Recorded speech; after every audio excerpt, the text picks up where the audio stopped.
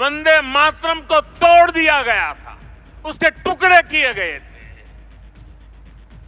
वंदे मातरम के इस विभाजन ने देश के विभाजन के बीज भी बो दिए थे। संसद का शीतकालीन सत्र जारी है और अब तक बीते 5 दिनों में से 3 दिन हंगामेदार रहे। लोकसभा से बिलों को पास कर उन्हें राज्यसभा में भेजा गया और इस बीच में एक चीज की चर्चा खूब होने लगी कि आखिर वंदे मातरम को लेकर विवाद क्यों है। 8 दिसंबर को संसद में वंदे मातरम पर चर्चा की शुरुआत हुई। वंदे मातरम के 150 साल पूरे होने के उपलक्ष्य में जो प्रधानमंत्री नरेंद्र मोदी ने पहले बयान दिया, उनके बयान पर संसद में चर्चा की बात उठने लगी। इसमें प्रियंका गांधी भाषण दी और फिर प्रधानमंत्री नरेंद्र मोदी वंदे मातरम पर करीब 10 घंटे तक चर्चा का समय रखा गया। शीतकालीन सत्र शुरू होने से ठीक पहले एक राजनीतिक विवाद इस बात को लेकर शुरू हो गए कि आखिर वंदे मातरम बोलना मुसलमानों के लिए ऐतराज का विषय क्यों बना। मुसलमान क्यों नहीं चाहते हैं कि वंदे मातरम बोले। जब राज्यसभा सचिवालय ने यह कहा था कि सांसदों को संसद के अंदर वंदे मातरम और फिर जय हिंद जैसे शब्दों का इस्तेमाल करने से रोका जाना चाहिए और इसे बचना चाहिए, और इसके बाद विपक्ष ने बीजेपी पर सवाल उठाए थे। विपक्ष ने बीजेपी की अगुवाई वाली एनडीए पर भारत की आजादी और इसके साथ साथ एकता के प्रतीकों को असहज होने का आरोप लगा दिया था।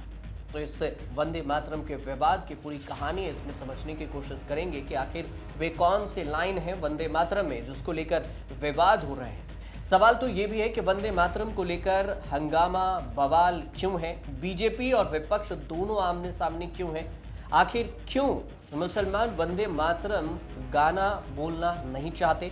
1937 में वंदे मातरम के जो पूरे पैराग्राफ से कौन सा पैराग्राफ हटा दिया गया जिसको लेकर अभी विवाद हो रहा है। तो 1937 के वंदे मातरम से क्या हटा था इसे भी समझेंगे और वंदे मातरम का इतिहास क्या रहा है इसे भी आसान भाषा में समझने की इस वीडियो में कोशिश करते हैं एक एक करके।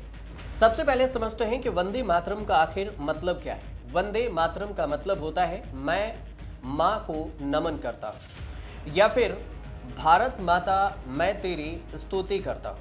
अब इसलिए इसे भारत माता का गीत भी कहा जाता है और वंदे मातरम इसे ही कहा जाता है। इसमें से देखेंगे तो वंदे को संस्कृत भाषा का शब्द है जहाँ से लिया गया है और इसका मतलब होता है नमन करना। वंदे मतलब नमन करना होता है।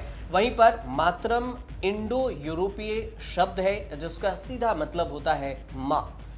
अब इन दोनों को मिलाकर भारत माता में माँ को नमन जोड़ा गया। मातृभूमि के प्रति सम्मान जताने के लिए इस गाने का इस्तेमाल होता रहा है। अब बीजेपी ने कांग्रेस पर आरोप लगाया कि पार्टी ने स्वतंत्रता संग्राम आंदोलन के दौरान इस गीत के कुछ अहम हिस्से को इस में पैराग्राफ से हटा दिया था।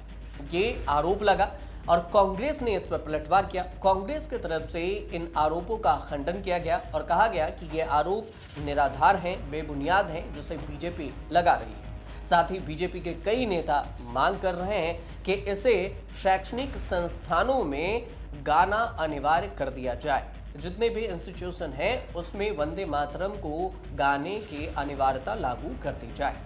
इस पर समाजवादी पार्टी समेत जो विपक्षी दल हैं वो भी इसका ये कहते हुए विरोध कर रहे हैं कि कोई गाय या ना गाय, जबरन किसी पर थोपा नहीं जाना चाहिए कि आपको ये गाना ही पड़ेगा, अनिवार्यता नहीं होनी चाहिए।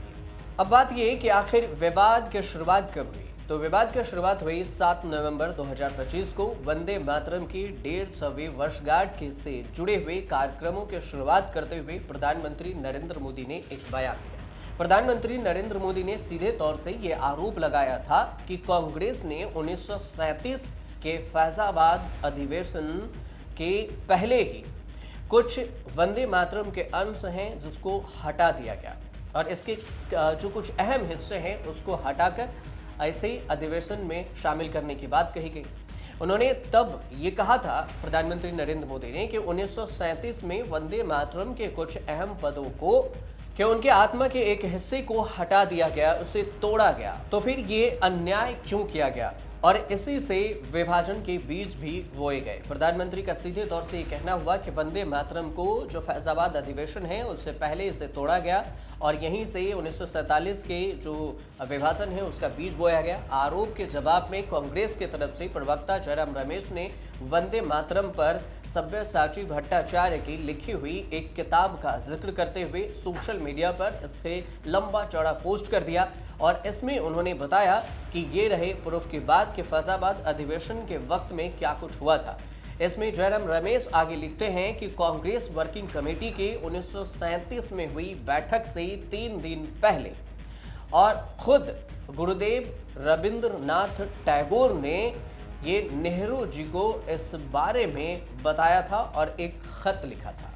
खत में वंदे मातरम से वे खुद जुड़े हुए थे, इस बात का भी जिक्र है और उन्होंने ही ये सुझाव दिया था कि वंदे मातरम के शुरू के ही 2 पैराग्राफ को, स्टेंजा को, हिस्से को शामिल किया जाए, अपनाया जाए, बाकी के नहीं अपनाए जाए।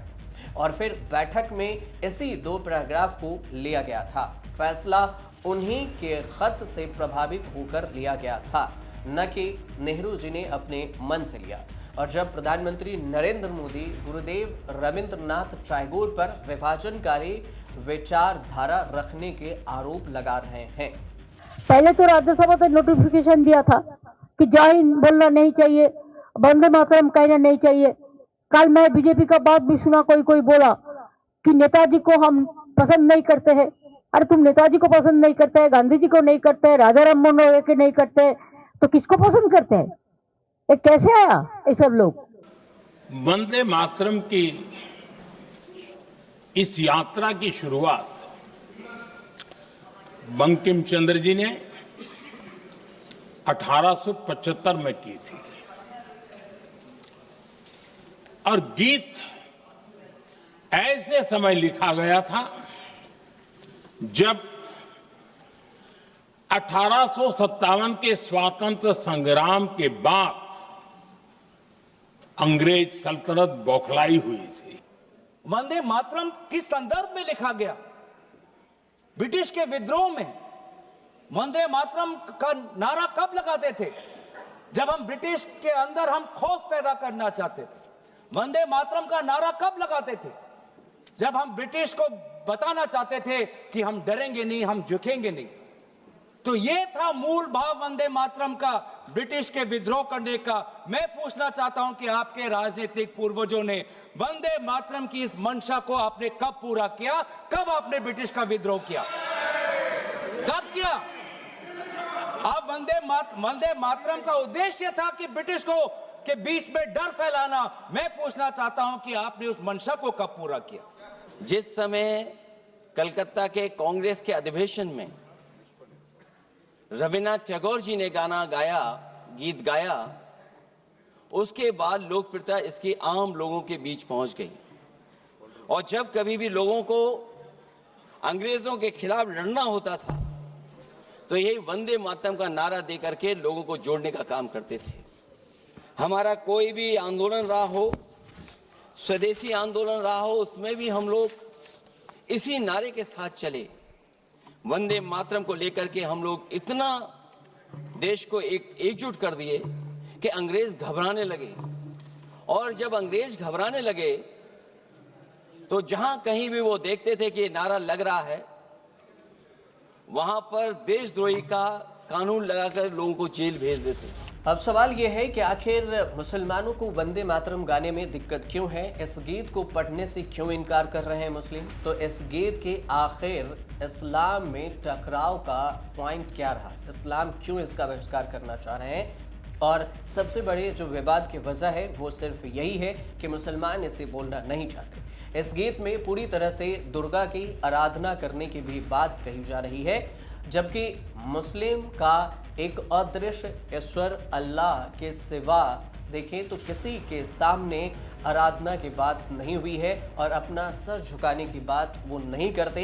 यानी कि सर झुकाना या फिर सजदा करने का, पूजा करने से उन्हें रोकता है मुसलमानों में। और यही एक पॉइंट है जो मुसलमान कह रहे हैं कि वंदे मातरम में सजदा करने का जिक्र है। बंकिम चंद्र चटर्जी ने इस गीत को मुस्लिम विरोध में लिखा था, ये आरोप मुस्लिम के द्वारा लगाया जा रहा है। गीत में देवी देवताओं की आराधना है, जबकि इस्लाम में मूर्ति पूजा हराम माना जाता है। वंदे मातरम का पूरा गीत अगर देखेंगे तो उसमें मंदिर का जिक्र है और 2 जगह पर दुर्गा की बात कही गई है। और ये गीत अंग्रेजों और फिर मुसलमानों के जो खिलाफ युद्ध करने के लिए निकलने वाले अर्थ से इसे जोड़ा गया।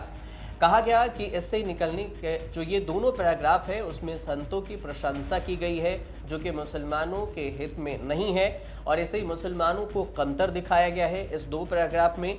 तो पहला और दूसरा पैराग्राफ ही इसमें बोला गया है, बल्कि तीसरा, चौथा, 5वां और 6ठा पैराग्राफ मुसलमानों के हित में नहीं है। मातृभूमि के संतान जरूर थे, लेकिन देवी काली की भी संतान थे और इसलिए दुर्गा की स्तुति इसमें की गई है। दुर्गा वंदना या फिर सिर झुकाने की बात हुई है। मुसलमानों को वंदे मातरम जो गीत है वो गाने में दिक्कत है, और इसी बात को अपना पक्ष मानकर जो मुस्लिम हैं वो ये कह रहे हैं कि हम इसे नहीं गा सकते। अब इस बात को समझाने के लिए 1937 में जो रविंद्रनाथ टैगोर ने एक पत्र लिखा था उसका भी जिक्र आपको बताते हैं। 1937 में सुभाष चंद्र बोस को पत्र लिखकर रविंद्रनाथ टैगोर ने इस गीत को सभी के लिए अनिवार्य न किया जाए, ऐसी बातें उन्होंने कही थी, क्योंकि गीत में मंदिर और दुर्गा का भी जिक्र है। ऐसे में मुसलमानों को यह स्वीकार नहीं होगा, और इसी सिफारिश के चलते वंदे मातरम से जो स्टेंजा है पहला और दूसरा वो रखा गया, बाकी के छंदों को हटा दिया गया। यानी 5 स्टेंजा इसमें से हटाए गए थे, लगभग 2 छंद को ही इसमें रखा गया। अब इस 2 छंद को देखेंगे तो आपको जो ये स्क्रीन पर दिख भी रहा होगा कि जो पीला में दिख रहा है ये पूरे अंडरलाइन किया हुआ ये स्टेंजा अभी आप वंदे मातरम गाते हैं वो ये है। सिर्फ यही 2 स्टेंजा है, बाकी के जो 4-5 स्टेंजे हैं उसको हटा दिया गया है, जो कि आपको रेड लाल कलर में दिख रहा होगा हाईलाइट किया हुआ। तो इन दोनों को हटा दिया गया था। जो नीचे वाला स्टेंजा है वो नहीं है, और इसी को लेकर विवाद है कि इस पैराग्राफ को हटाया गया तो क्यों हटाया गया था। और अभी इसी पर जो संसद में है वो जबरदस्ती थोपने की बात हो रही है कि इसे अनिवार्य किया जाए कॉलेज में, स्कूल में। इधर दूसरी तरफ से देखेंगे तो मुसलमान ये भी कह रहे हैं कि संविधान आर्टिकल 25 हर नागरिक को अपने धर्म को मानने और फिर पालन करने की स्वतंत्रता देता है। तो इस हिसाब से देखिए तो हम वंदे मातरम बोलें या ना बोलें ये इसमें हमारी मर्जी होगी। जबकि आर्टिकल 19 के भी हवाला दे रहे हैं और कह रहे हैं कि ये अभिव्यक्ति की स्वतंत्रता की गारंटी देता है। तो इस लिहाज से भी देखा जाए तो किसी स्टूडेंट हो या फिर नागरिक हो, किसी भी गीत को गाने के लिए उसे बाध्य नहीं किया जा सकता, ना ही उसे नारे के लिए मजबूर करना संवैधानिक रूप से सही होगा। जिन 2 लाइनों पर विवाद है उस 2 लाइनों को समझते हैं कि आखिर बंकिम चंद्र चटर्जी द्वारा जो लिखे गए जो आनंद मठ है उसमें वो 2 कौन सी लाइनें हैं। तो ये जो आपको 2 लाइन है इसमें शुरुआत के पंक्तियों में जो शुरुआत के 2 लाइनें हैं उस पर विवाद नहीं है, और ये जो शुरुआत की जो लाइनें हैं वो है जो आपको स्क्रीन पर दिख रहा होगा कि सुजलाम सुफलाम मलयज शीतलाम शस्य श्यामलाम मातरम वंदे मातरम, ये पहला लाइन है। और इसमें जो दूसरा लाइन है ये आपको दिखेगा शुभ्र ज्योत्सना पुलकितयामिनी फुल्ल कुसुमत द्रुमदल शोभिनी सुभाषिनी सुमधुर भाषिनीम सुखदाम वरदाम मातरम, ये पहला और दूसरा जो लाइन है उसको शामिल किया गया है। बाकी के इसमें भी आगे जो तीसरे लाइन से हैं आप जो देखेंगे इसमें हाईलाइट करके आपको दिख रहा होगा जो तीसरा, चौथा और 5वां लाइन है इसमें से 6ठे भी लाइन है इसको हटा दिया गया है। और इसी को लेकर इस पे विवाद भी है कि ये 6 लाइन है इसमें से 2 लाइनें रखा गया, बाकी को हटा क्यों दिया गया। विवाद का जो हिस्सा है उसका अर्थ भी समझ लीजिए, जिसमें ये कहा गया कि त्वम ही दुर्गा 10 प्रहरण धारिणीम, अर्थात इसका अर्थ ये होता है कि तुम ही 10 हथियार धारण करने वाली दुर्गा हो।